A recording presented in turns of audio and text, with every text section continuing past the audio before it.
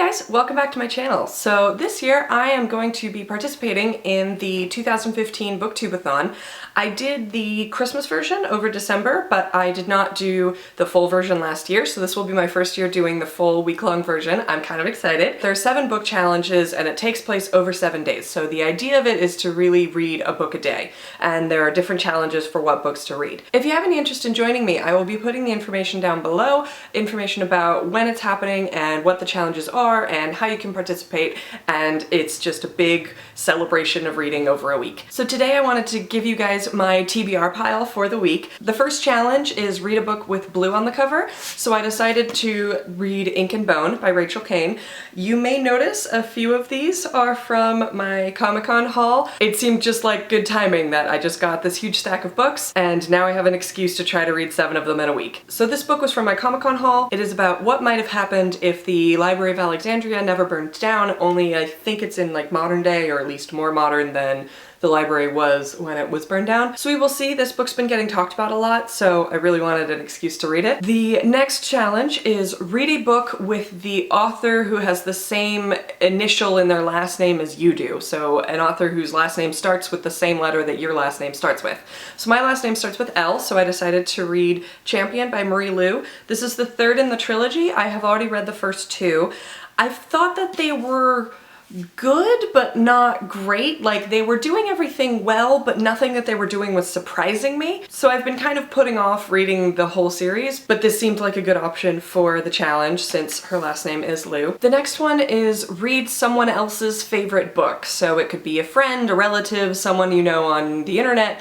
I decided to read The Winner's Curse by Marie Rutkowski because Christina Horner, who is a booktuber that I follow, was tweeting about it and said that it was one of her favorite books if anyone needed it for the challenge. And I kind of did, because I have a lot of friends who read, but a lot of them I've either already read their favorite book, or they don't really have a favorite book, or their favorite book is one that I really don't want to read. So I was struggling to find a book that would fit for this challenge that I could probably actually read in the timeline allotted and that I wouldn't hate. So I was interested in The Winner's Curse anyway. It's been getting talked about a lot on the blogosphere, so I thought that I would give it a shot. It seemed like a good way to get started on the series. The next challenge is read a book without letting go of it. I decided to go easy on myself on this challenge and pick a graphic novel. So I'm going to be reading Lumberjanes for this challenge, most likely anyway.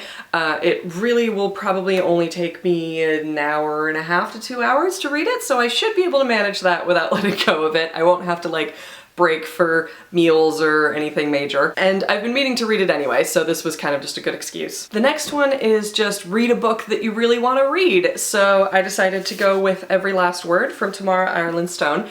If you watched my Comic-Con haul video, you'll know that I have heard really good things about this book. I was saying that I was planning on reading it soon anyway, so this seemed, again, like a good excuse to read a book I already wanted to read. The next one is read the last book that you acquired, the most recent book that you got in some way, borrowed from a library, was given by a friend, bought. I was originally planning on borrowing this book from the library, but when I checked, they actually didn't have it, so I ended up buying this last night. It is The 100 by Cass Morgan. It is the first book in the 100 series, which I already have books 2 and 3 because I got them from Comic-Con. I mentioned on my Comic-Con recap I've been really into the show, so I'm interested to see how the books are. Apparently they're very different from the show, so we'll see how this goes, but I'm hoping that it'll at least be a quick read. And that brings us to our final challenge, which is just read 7 books. So I just needed a 7th book to finish out the pile.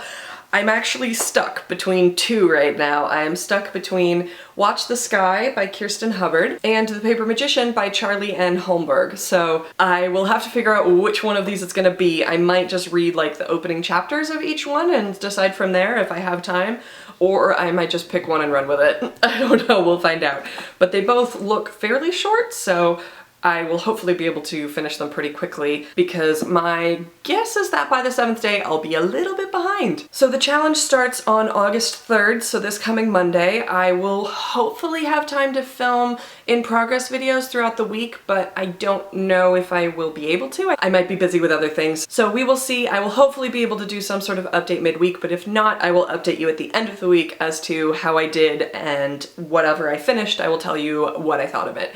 So I hope that you guys are willing to join me on this one. I think it'll be fun. I'm kind of excited, but either way, thanks guys for watching, and I'll see you guys next time. Bye. And The Paper Magician by Charlie, ooh,